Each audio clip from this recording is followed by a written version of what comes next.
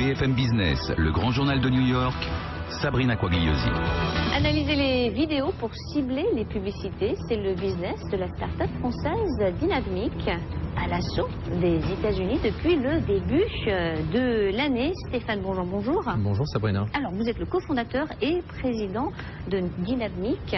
Vous avez mis au point votre propre technologie dans le ciblage publicitaire. Vous analysez la piste audio des vidéos. Expliquez-nous. Exactement, l'idée est assez simple. Effectivement, c'est vraiment plutôt simple, mais ça n'existait pas avant. Non, ça n'existait pas avant. Dites-moi ce que vous regardez, je saurai ce qui vous intéresse. C'est le principe de base. Simplement, Donc, nous avons développé une techno qui analyse la piste audio des vidéos vues par les internautes. Donc on fait de l'analyse de la transcription speech to text, de l'analyse sémantique, de l'analyse de son, un petit peu d'analyse d'image. Il y a 3 pistes, je crois, à chaque fois sur. Oui, c'est ça, il y a 3 façons d'aborder le sujet.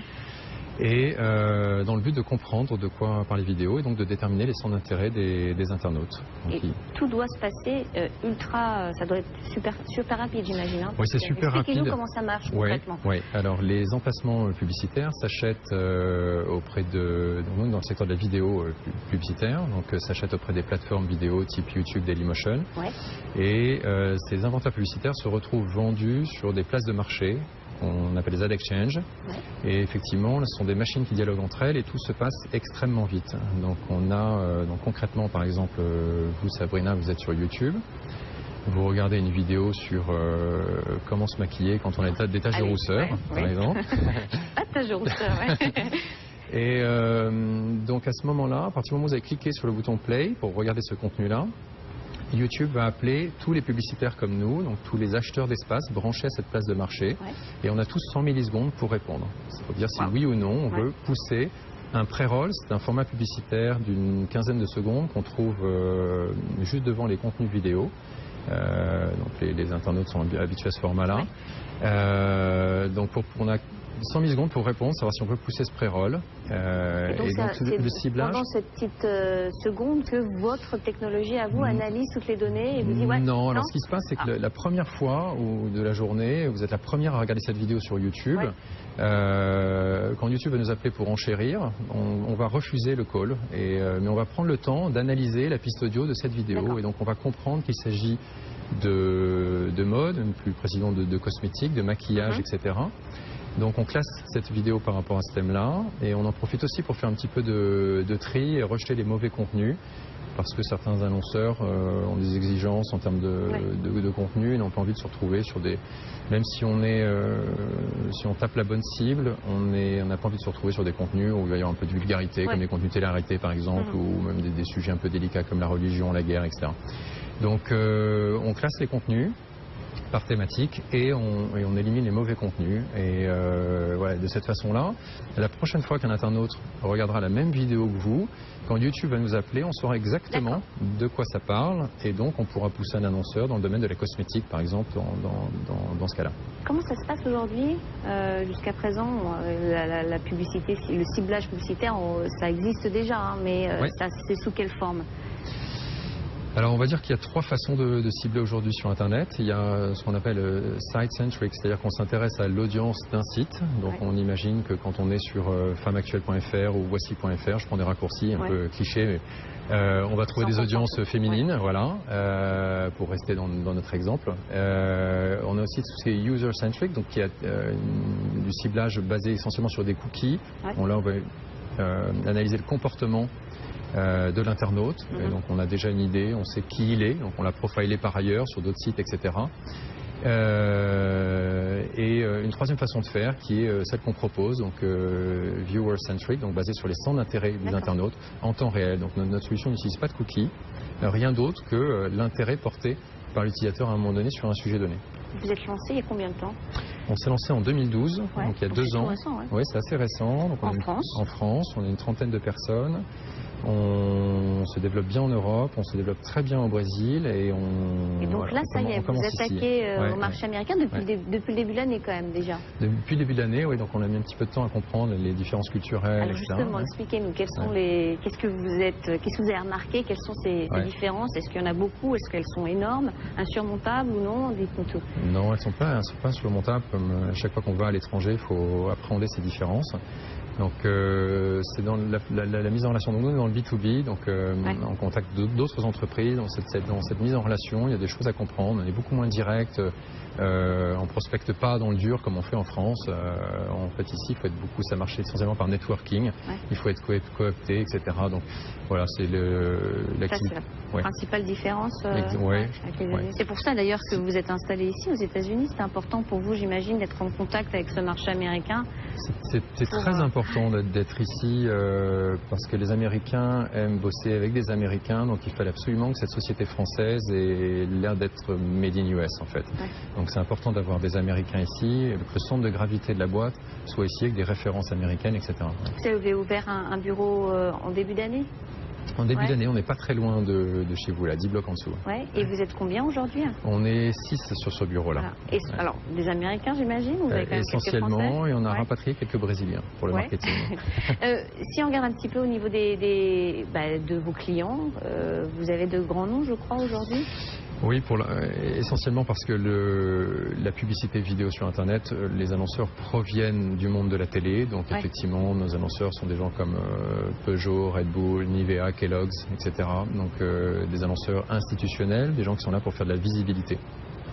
La demande est très très forte dans cet univers-là. Pour la simple et bonne raison que la publicité vidéo sur Internet est le format le plus impactant qui existe aujourd'hui. C'est la meilleure façon pour une marque de raconter une histoire à un consommateur. Donc nous, notre job, c'est de connecter les consommateurs et les marques, en se disant que comme les plus longs mariages reposent sur les valeurs partagées et sur les centres d'intérêt communs. Donc on part du principe qu'à partir du moment où on découvre votre centre d'intérêt, on va pouvoir vous associer à la marque. Oui, ça semble évident. Quelles sont les réactions de ces clients américains, des personnes que vous rencontrez ici aux États-Unis? Est-ce que le contact est facile? Oui, le contact est facile. Et le client américain est extrêmement exigeant. C'est-à-dire qu'il ne va pas simplement s'arrêter à ça. Il va vous demander plus de données encore. Le marché américain est très, très mûr et très sophistiqué. Et très ad-tech. Donc le monde de la publicité est très investi par la techno. Donc on va, en plus de vous demander d'être dans le bon ciblage, on va vous demander de rajouter des critères, des paramètres, type on va bosser avec un client dans l'industrie pharmaceutique, là par exemple, qui veut qu'on soit sur les pics de pollen en association. Nos publicités sont poussées sur les bons contenus évidemment, mais en plus par rapport à des pics de pollen ou de la météo ou des choses comme ça. Donc il faut en rajouter encore un peu plus. Vous analysez combien de pages par jour comme ça? On reçoit 1 milliard de propositions d'enchères, c'est-à-dire de propositions de placements publicitaires de la part des plateformes vidéo type YouTube, Dailymotion sur les 3 continents. Au niveau des chiffres justement, quelles sont vos projections? Je ne sais pas si vous pouvez communiquer, mais les chiffres d'affaires sur cette année Oui, on est sur un trend qui nous amène autour de 10 millions d'euros, donc 13 millions de dollars maintenant. On est en pleine croissance parce que là on est en train de faire décoller la fusée ici et les budgets sont très gros ici. Et vous avez levé récemment 3 millions de dollars, je crois. Exactement, auprès d'un fonds français qui s'appelle Xange. Auprès d'un fonds français. Vous n'avez pas essayé de récupérer des investisseurs américains pour vous lancer comme ici aux États-Unis? Non, c'est plus sympa de rester entre Français et Xange a compris l'intérêt de venir sur des marchés à trop potentiels comme les USA ou le Brésil.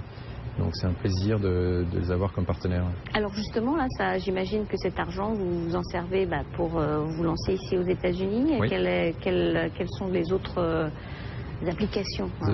Comment on va dépenser cet argent? En gros. Je ne sais pas. Vous savez pas encore? Des dépenses marketing pour se faire connaître, pour installer un peu plus la marque, des dépenses commerciales, donc on va étoffer les forces de vente sur les 3 continents, et surtout des dépenses techniques, parce que vous imaginez que quand on reçoit 1 milliard de propositions de placements publicitaires par jour, il faut déjà encaisser la charge, traiter ces demandes de placement, savoir si elles nous intéressent ou pas, stocker les données, etc. Il y a beaucoup de... L'infra est assez complexe, sachant qu'on exerce dans 10 langues différentes. Donc, une grosse partie des investissements sont techniques aussi. Et la prochaine étape, c'est l'Asie, c'est ça? La prochaine étape, c'est l'Asie, alors plus précisément le Japon et l'Inde. Dès l'année prochaine, je crois? Dès l'année prochaine, Ça va vite. Oui, ça va vite parce que on est sur grâce à ces places de marché publicitaires qui sont worldwide, donc l'effet est global et immédiatement, c'est-à-dire que je suis là quasiment capable dans l'heure qui vient d'acheter sur d'autres marchés. En Malaisie, en Australie ou n'importe où. Ouais. Donc il faut bien comprendre que les achats d'espace se sont automatisés et on n'est plus du tout dans une relation d'acheteur-vendeur au téléphone où ça serait compliqué là pour moi d'aller acheter de l'espace tout de suite en Inde. Je ne saurais pas qui m'adresser, etc. Et comment vous sentez ce marché de la publicité en ce moment? Ici aux États-Unis, on voit que l'économie est quand même surperforme si on regarde ce qui se passe en Europe. Vous sentez vous aussi? Oui, complètement. La demande est extrêmement forte, surtout dans la vidéo, qui est le secteur qui nous concerne. Aujourd'hui, la demande est nettement supérieure à l'offre. Et en France, non, en France, ça marche très bien. En Europe, ça marche aussi, la demande est très forte partout, dans le domaine de la vidéo. Donc tout va bien. Tout va bien. Peut-être un jour ici au Nasdaq? Peut-être. Bon, en tout cas, vous repasserez, vous viendrez nous donner des nouvelles. Merci beaucoup d'être passé par ce plateau du Grand Journal de New York. Je rappelle que vous êtes le cofondateur et président de Dynadmic. Exactement. Merci beaucoup. Cofondateur avec Bruno, Céline et, faut pas les oublier. Exactement, et aussi toute l'équipe qui fait un boulot formidable. Eh bien, écoutez, merci beaucoup. On se retrouve très bientôt. Merci.